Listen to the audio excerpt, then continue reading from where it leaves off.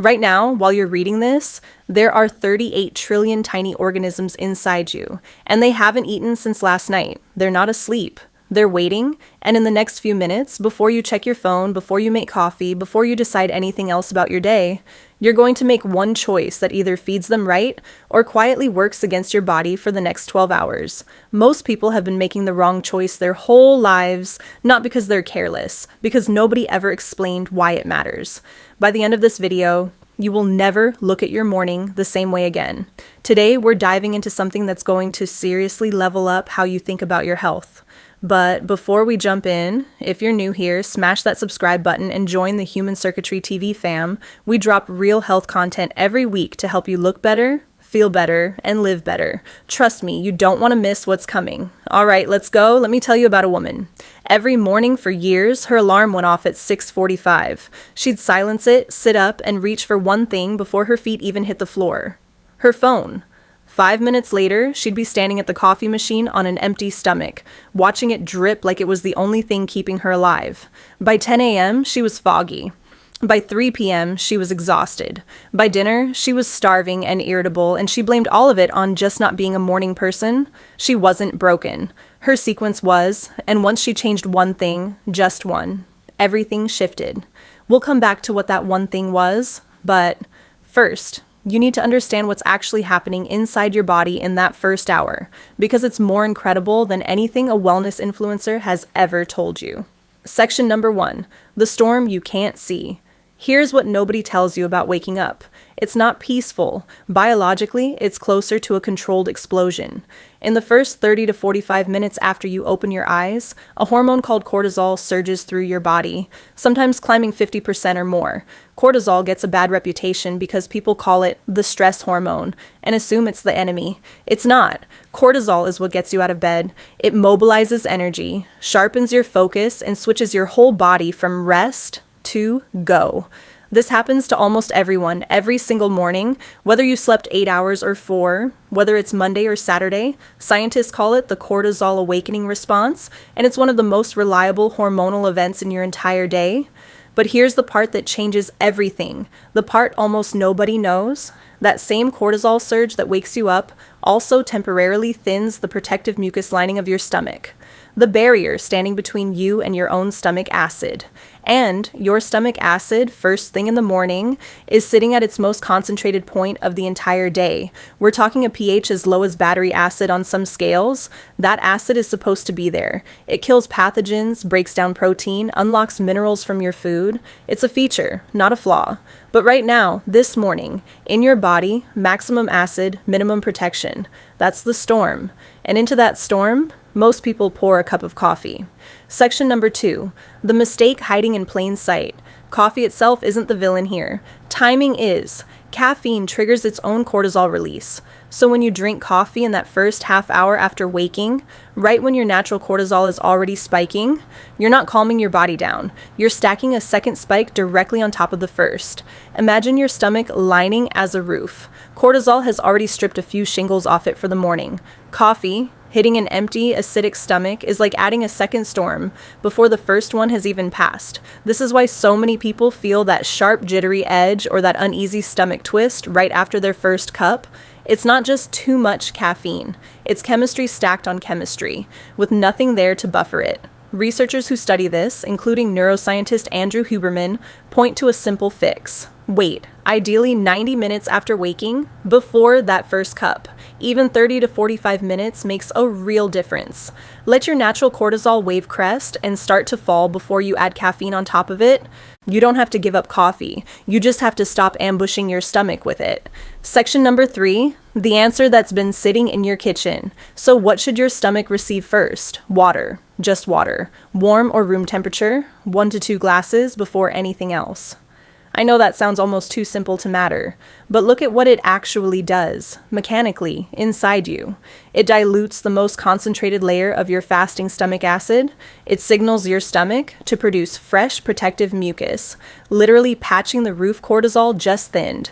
It kickstarts peristalsis, the wave-like muscle contractions that move everything through your digestive tract. It rehydrates tissue that's been running dry for 7 or 8 hours because you lose up to a liter of water overnight just from breathing while you sleep. There's real research behind the warm part too. Studies comparing warm versus cold water on waking show. Warm water moves through the stomach more efficiently and eases digestive sluggishness. Cold water can actually tighten blood vessels in your gut for a moment. Warm water relaxes them. Think of your digestive system like an engine that's been sitting in a cold garage all night. You don't redline a cold engine, you warm it up first. Water is that warm-up lap, and it costs you 3 minutes and literally nothing else. Section number 4, the 38 trillion residents waiting to be fed. Now here's where this gets genuinely astonishing. You are not one organism. By cell count, you are roughly half human, half microbial. Around 38 trillion bacterial cells live inside you, most of them in your large intestine. And they are not passengers. They are working for you around the clock. They make vitamin K. They make several B vitamins. They train and calibrate your immune system. In fact, about 70% of your immune cells live along your gut lining. And here's the number that stops people cold every time I say it out loud. 90 to 95% of your body's serotonin is made in your gut. Not your brain, your gut. So when someone says, I just feel off today, I don't know why. The gut is not a side conversation, it might be the main one. These trillions of organisms need to eat, just like you do. And after 8 hours of fasting overnight, your first meal is the very first thing they've been fed since dinner.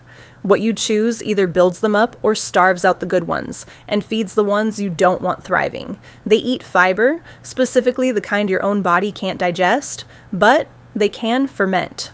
The fiber in oats, chia, flax, apples, onions, slightly underripe bananas. When they ferment it, they produce compounds called short-chain fatty acids that fuel your colon, stabilize your blood sugar, and calm inflammation throughout your body. You eat the fiber. They eat the fiber. And the whole cascade that follows, mood, energy, immunity, starts from that one breakfast decision. Section number 5, the breakfast everyone thinks is healthy, but isn't. Let's talk honestly about what most people actually eat. Coffee, maybe orange juice, a sweetened cereal, or a pastry.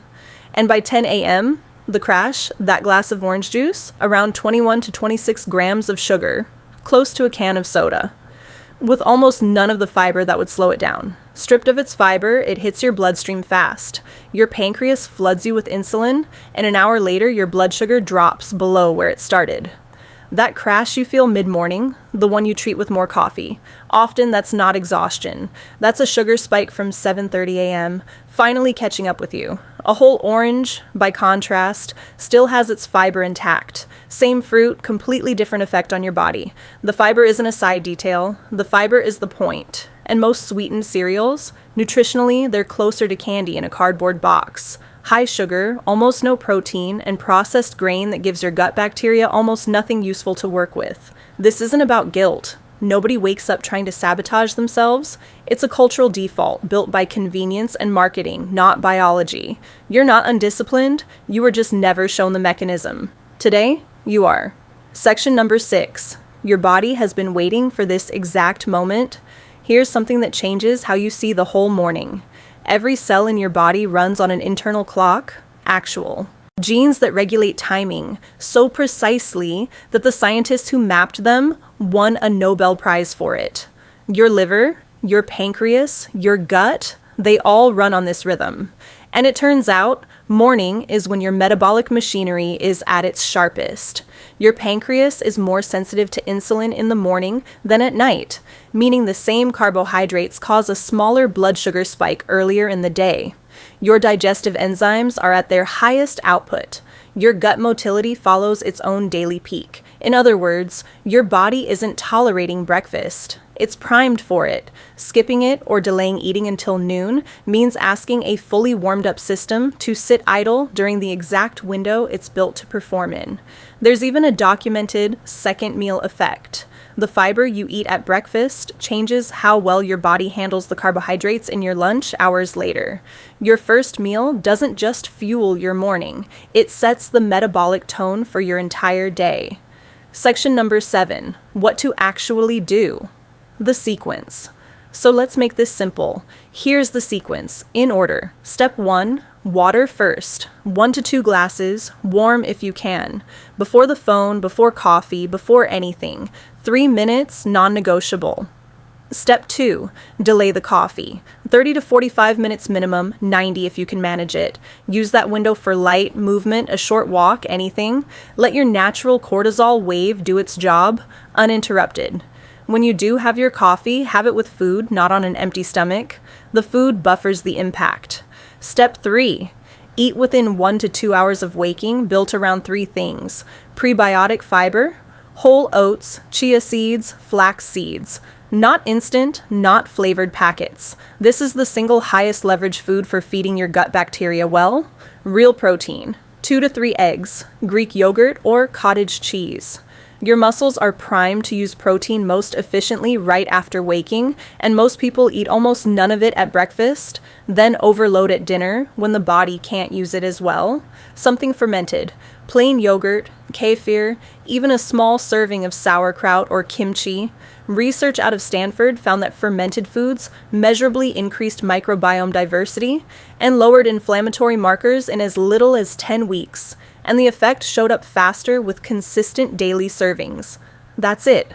Water, patience, fiber, protein, ferment, no product to buy, no trend to follow. Just working with the system your body already built. Remember this? The one thing she changed wasn't her diet. It wasn't a 5 a.m. wake up or some extreme new habit. It was this, a glass of water before the coffee and a 15-minute wait. That's all. Within a week, she stopped crashing at 10 a.m. Within a month, the "I'm just not a morning person" story she'd told herself for years quietly stopped being true. She didn't fix her mornings by trying harder. She fixed them by understanding what her body was already trying to do, and finally, getting out of its way. That's available to you too, starting tomorrow at 6:47 or whatever time your alarm goes off. Here's what I want you to sit with. Your gut has its own nervous system, hundreds of millions of neurons lining your digestive tract, so extensive that scientists call it your second brain. It produces most of your serotonin. It houses most of your immune system. It carries 38 trillion living organisms that are, quite literally, part of what makes you you. Every single morning, you get a decision point, not a dramatic one. Just a quiet 3-minute choice that repeats 365 times a year. Work with this extraordinary system or work against it without even realizing you're doing it. The good news?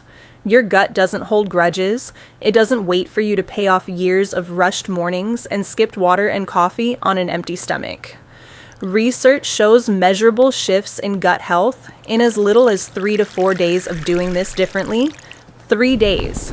That's where this starts. So tomorrow, before the phone, before the coffee, before you decide anything else about your day, give your body what it's actually been waiting for. If this changed the way you think about your mornings, that's exactly why I make these videos. Do me a huge favor and hit that subscribe button. I break down health and wellness in a way that's simple, practical, and actually useful for your everyday life. Join the Human Circuitry TV family so you never miss an episode. New content dropping regularly to help you feel your best. And tell me in the comments, what's the first thing that touches your stomach every morning? I read every single one, and I might feature your answer in the next video. I'll see you in the next one.